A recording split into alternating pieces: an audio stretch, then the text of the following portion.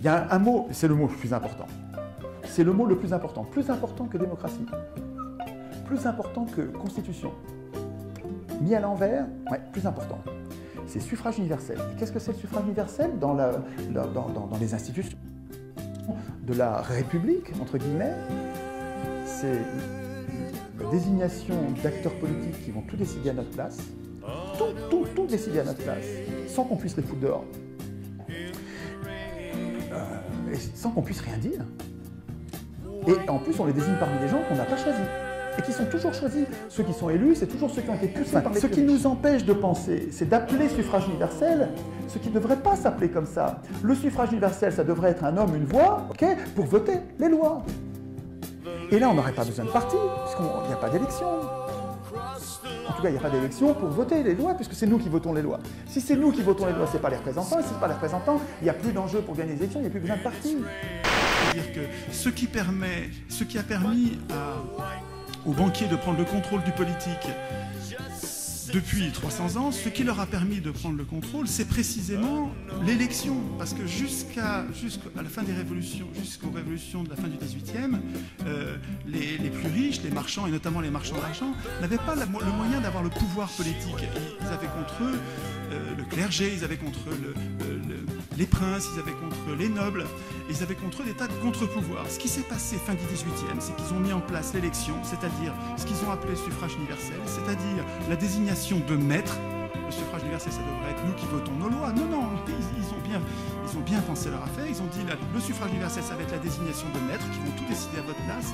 Et l'élection, moi ce que je vois depuis 200 ans, c'est que l'élection, elle permet aux riches d'acheter le pouvoir politique comme on achète des savonnettes, et que 200 ans de gouvernement représentatif, depuis la Révolution française, donnent le pouvoir des riches tout le temps, absolument tout le temps. Et quand les mineurs font la grève, on leur tire dessus. Alors que 200 ans de tirage au sort à Athènes ont donné pendant 200 ans le pouvoir aux pauvres. Parce que c'était un homme, une voix, non pas pour désigner des maîtres, mais un homme, une voix pour voter ses lois. C'était pas les tirés au sort qui votaient les lois à Athènes, c'était les citoyens. Les citoyens athéniens étaient autonomes, ils produisaient leurs droits. Nous ne sommes pas. Vous adorez le faux suffrage universel, l'élection de maîtres parmi des candidats qu'on n'a pas choisis et qui n'auront aucun compte à rendre, l'élection de maîtres parmi des candidats qu'on peut aider, donne le pouvoir à celui qui a le plus le moyen d'aider que les autres. C'est ce qui fait que depuis 200 ans, les riches ont le pouvoir, ont tout le pouvoir politique en plus de leur pouvoir économique. C'est-à-dire que l'élection parmi des candidats qu'on peut aider crée comme une courroie entre le pouvoir économique et le pouvoir politique qui n'existait pas avant. Les riches existaient, ils avaient de l'influence, mais c'est pas eux qui écrivaient les lois. Depuis qu'il y a l'élection, les riches ont trouvé le moyen de faire des élus qu'ils ont aidés et qui sont leurs serviteurs, ils ont trouvé le moyen d'en faire leurs débiteurs, leurs serviteurs, d'en faire leurs agents.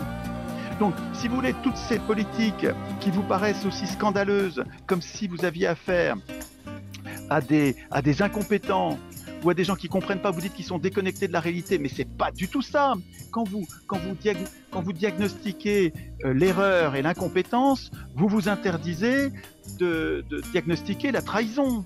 Ces gens-là ne servent pas l'intérêt général, ils servent l'intérêt de ceux qui les ont fait élire, de ceux qui les ont aidés à gagner l'élection. Donc si vous voulez sortir de ce truc-là, il faut que vous remontiez à la cause et que vous instituiez des règles de désignation des représentants qui ne sont pas l'élection, qui ne permettent pas d'aider quelqu'un. Et ça, c'est le tirage au sort. Vous n'avez que le tirage au sort qui est égalitaire et incorruptible et qui va vous donner des représentants qui ne doivent rien aux riches. Le capitalisme est une pompe à finances. C'est l'organisation juridique, politique puis juridique. C'est des mécanismes de droit qui permettent la concentration du capital et l'enrichissement des plus riches qui augmente de façon exponentielle. C'est en train de devenir complètement explosif et l'appauvrissement. Et ces gens-là, quand ils sont des gens qui sont très très riches, ont satisfait tous leurs besoins.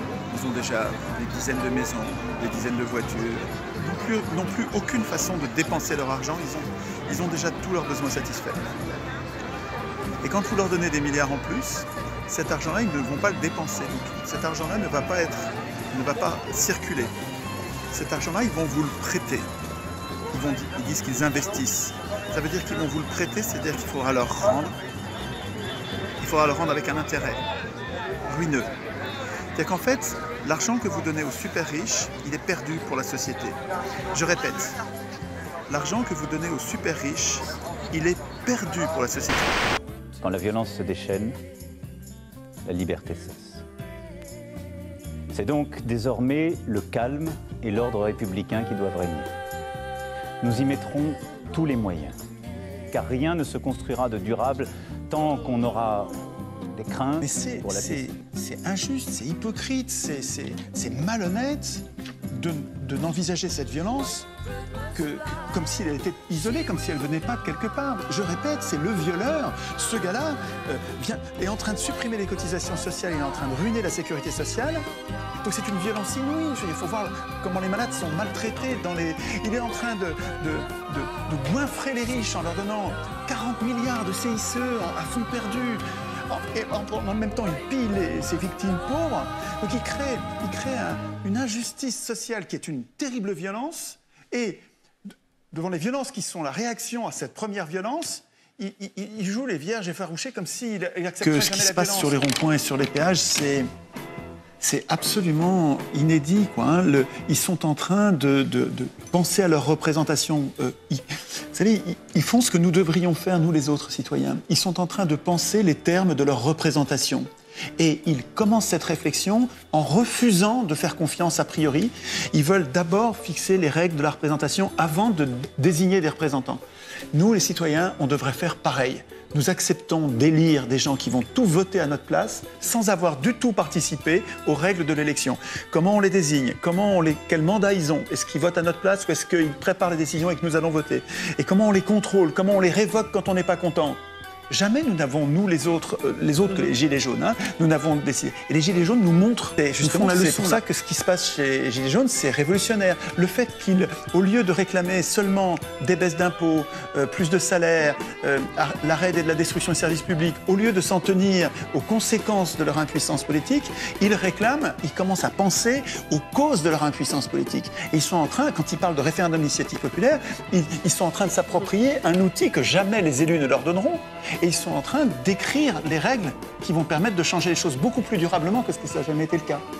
Les Gilets jaunes matérialisent, je ne pensais pas voir ça de mon vivant, une idée que je défends depuis presque 15 ans.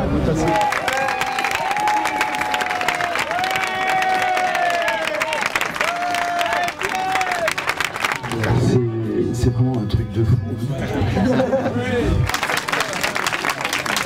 Ça, c'est une prison politique, ça s'appelle la Constitution, mais en fait, c'est une anti-constitution. C'est une bombe atomique dans le système de domination parlementaire. Il va se passer un truc, c'est exemplaire pour toute l'humanité. L'humanité, elle peut regarder ce qui se passe en France, parce que c'est exemplaire.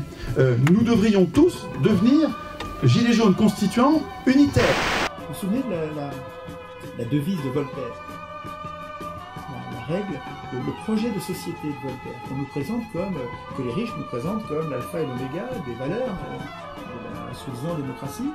Voltaire disait c'est une société bien organisée et celle où le petit monde fait travailler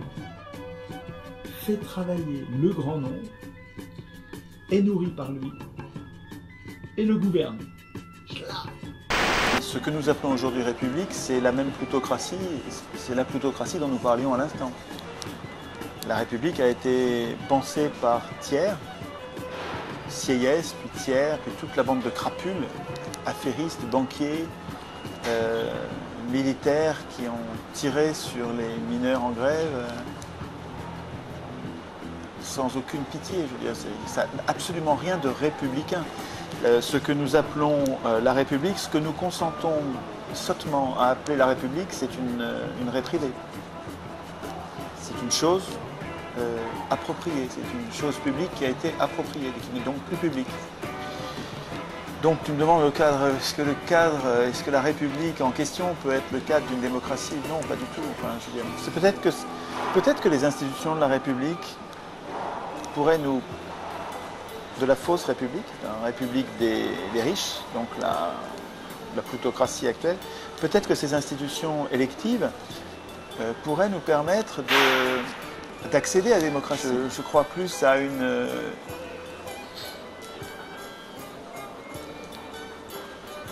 mobilisation par millions, par milliards de personnes, donc dans tous les pays du monde en même temps.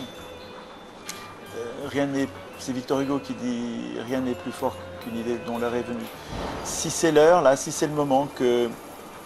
C'est pas l'idée du tirage au sort, hein, c'est l'idée de la constitution d'origine populaire, citoyenne. C'est l'idée que si on veut une constitution, il faut qu'on l'écrive nous-mêmes. Le président des riches, c'est ce qu'on entend beaucoup, c'est ce que vous pensez? Non, ce n'est pas vrai. Il est le président des très riches. Vous avez ma réponse. D'accord.